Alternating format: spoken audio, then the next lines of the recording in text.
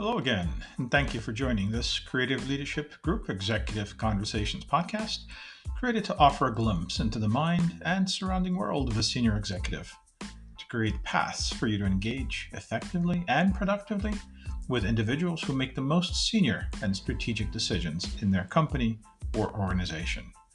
My name is Norbert Sluzewski, and I'm the author and host of this podcast.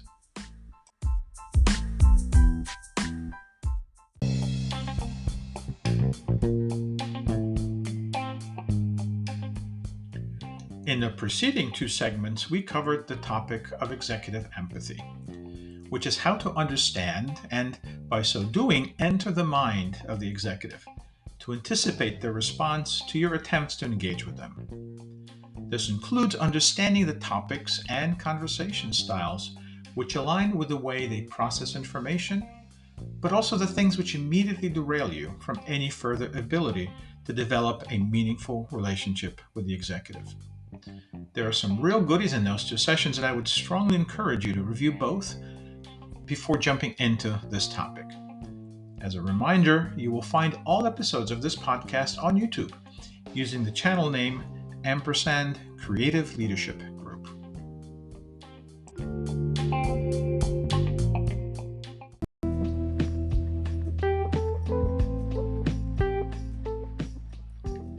SWOT is probably one of the most fundamental strategy tools which every leader, program manager, analyst, or strategy professional uses to assess the state in which an individual project or a company as a whole finds itself at any given point in time. It is a way to think about and ultimately articulate and document key external and internal factors which define your current reality. That reality can then serve as a launching point from which all forward motion and intended actions can be assessed as to their viability, likelihood of success, and alignment with internal and external forces. As for example, whether a market is prepared to accept a new product or new solution. A SWOT establishes the launch baseline against which you will be able to measure in the future the impact and effect of the intended actions. So first, a quick definition of SWOT. The four letters stand for strengths, weaknesses, opportunities, and threats.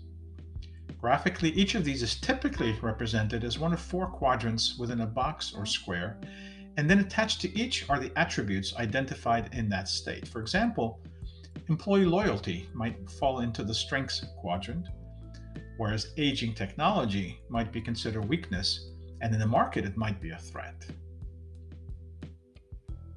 Frequently, the four states are subgrouped into internal and external.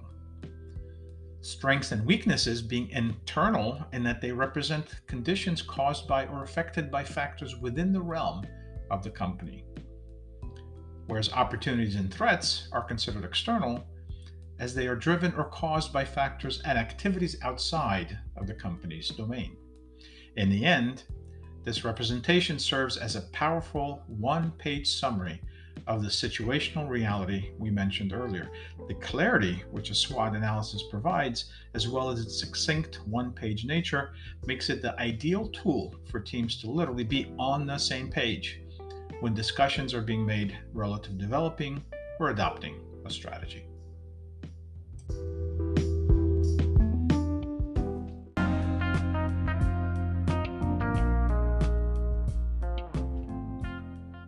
Now that we've established what a SWOT is and its relative value, you can take this knowledge to the level of engaging with an executive. Why?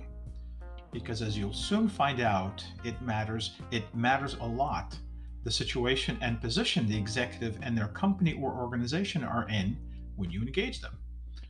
Remember, in the empathy discussion, we underscored that you always want to be dealing with the executive within the realm of their agenda, not yours. Well, the knowledge embedded in the SWOT sheds an important light on what the agenda is and gives you the clarity to structure your conversation to align with that agenda. And by the way, if a SWOT is not handed to you on a silver platter by the company which you're approaching to work with, don't be surprised. It's not their job to do so. This is where you're going to have to do the work to develop your own assessment using deep research, intelligence, and information from your company contacts and your own insights. The more skilled you become in developing your client's SWOT, the more likely you'll be to position your approach in a way which will find acceptance when you start your executive conversation. Okay, so you've now done the pre work and have what you believe to be a reasonable representation of the reality of the executive you aspire to work with. How do you now use that SWOT to offer you the best chance to meaningfully connect with the executive? Start by mentally positioning the chess piece which represents the executive on one of the SWOT quadrants. Which one? Well, the one which most closely reflects the dominant situation in which you've determined the executive finds himself in. Your approach and positioning will be different depending on which SWOT quadrant you've concluded the executive is in. In the next segment, we'll go through each one of them one by one.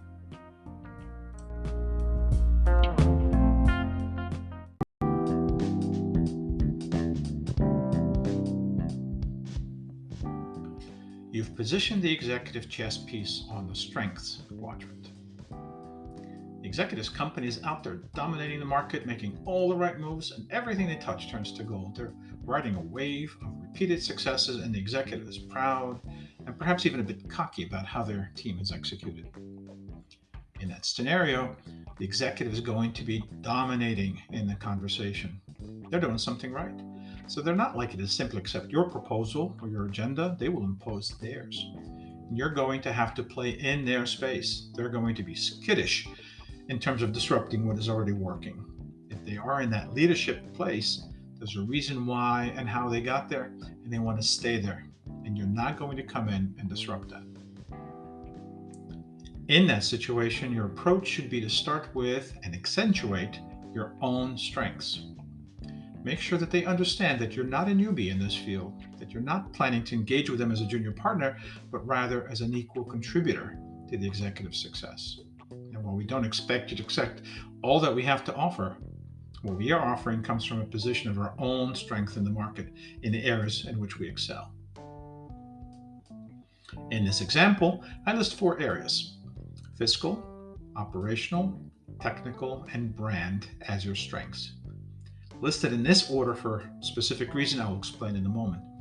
These are foundational, and if you can speak to them, you should, but be mindful that at some point you will be called to task and will need to be specific. So adjust these if needed if they don't fit your specific profile. Back to the order of your strengths. Fiscal is first strength you need to expose. Most executives consider this to be the highest virtue. It's the way that their mind works.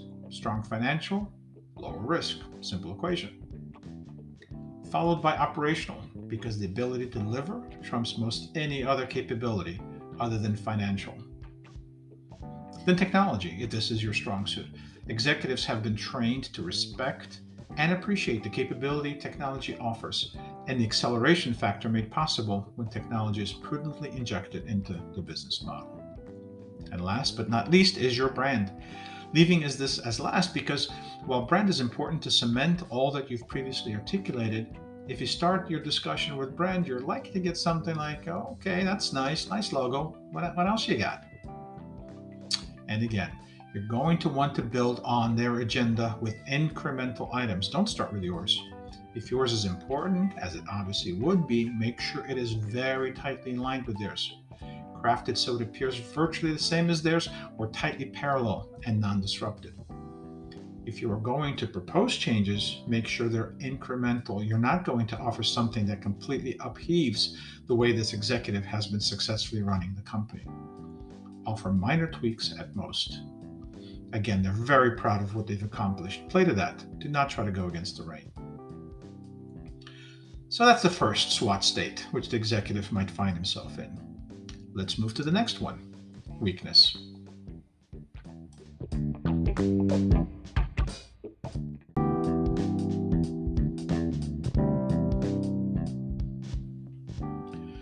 The executive might be in a state of weakness when their company is going through disruption caused by either internal or external factors, such as, for example, flight of its key employees or encroaching competition in its key market segment.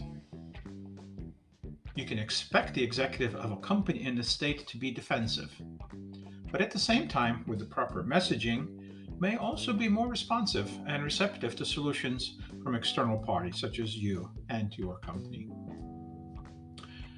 Being overt and blunt and exposing the executive company's weaknesses will be poorly received. You understand this if you heard the general advice of never calling their baby ugly. However, if you take the time to fully understand the executive's predicament, what caused the competition onslaught, or where and why are their employees leaving, you will likely uncover solvable issues which you may be able to remedy. The situation calls for the well-known adage of focusing on the solution instead of dwelling on the problem, and your communications with the executive should take this tone and approach. An executive in a weakened state will likely look more favorably on solutions with a shared investment or commitment, the proverbial skin in the game approach, as a way to mitigate their exposure and risk while expanding their selection of available options. On the other side of a successful engagement with an executive in this state is a powerful bond created from this experience. The emergence out of a state of weakness creates strong emotional bonds with those who contributed to that effort and assures you preferred placement on the executive's agenda for many years to come.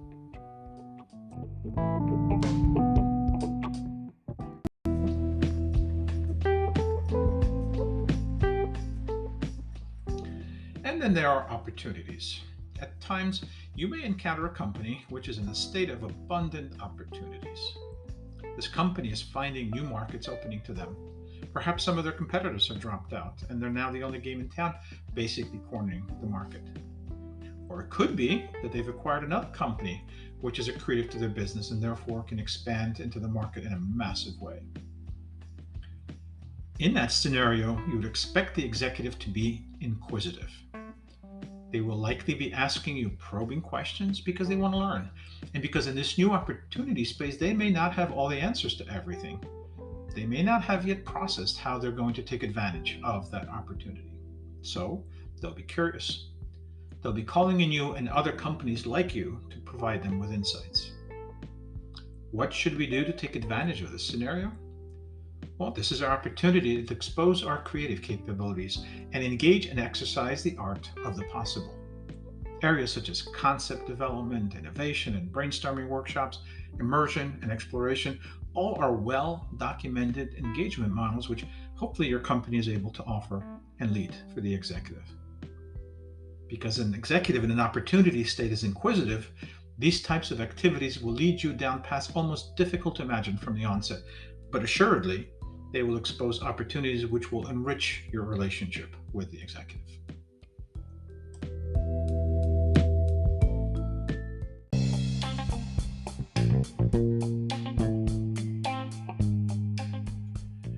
And then we can get into threats.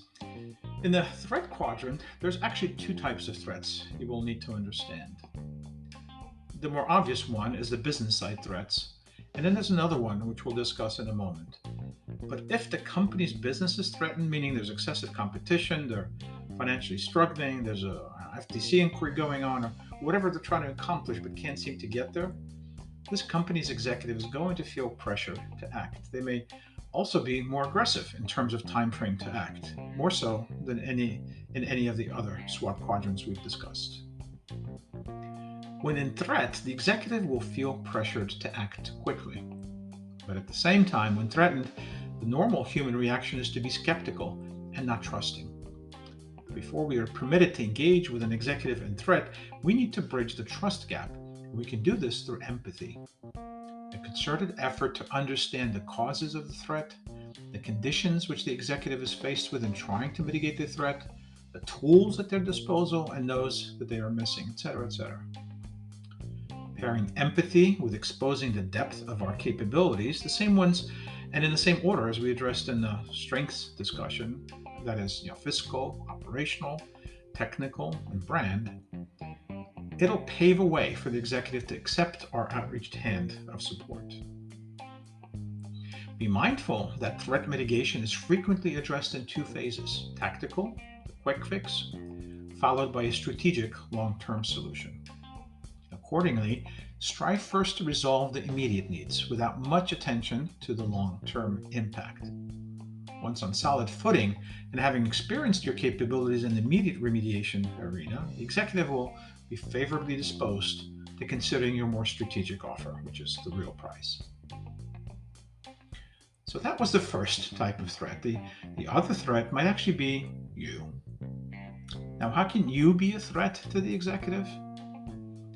Because the more effective you become in helping the executive's company come out of its threat state, the more the executive's likely mistakes of the past may become exposed. This is a time for tact and diplomacy in your approach, keeping conversations about your engagement compartmentalized to within you and the executive's inner circle.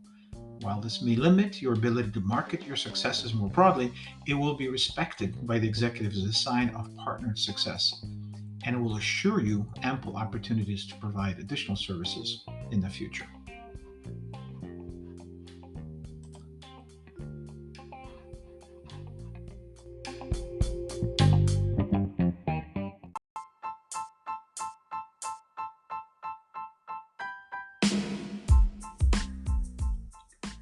So while this was a long discussion on SWOT, it is extremely important to grasp the concept and, before engaging with any executive, to understand the state in which they operate from and the way they are likely to respond to you. A well-studied approach using the SWOT situational analysis will help you create solid alignment with the executive and avoid painful misfires in the opening salvo of your executive conversations.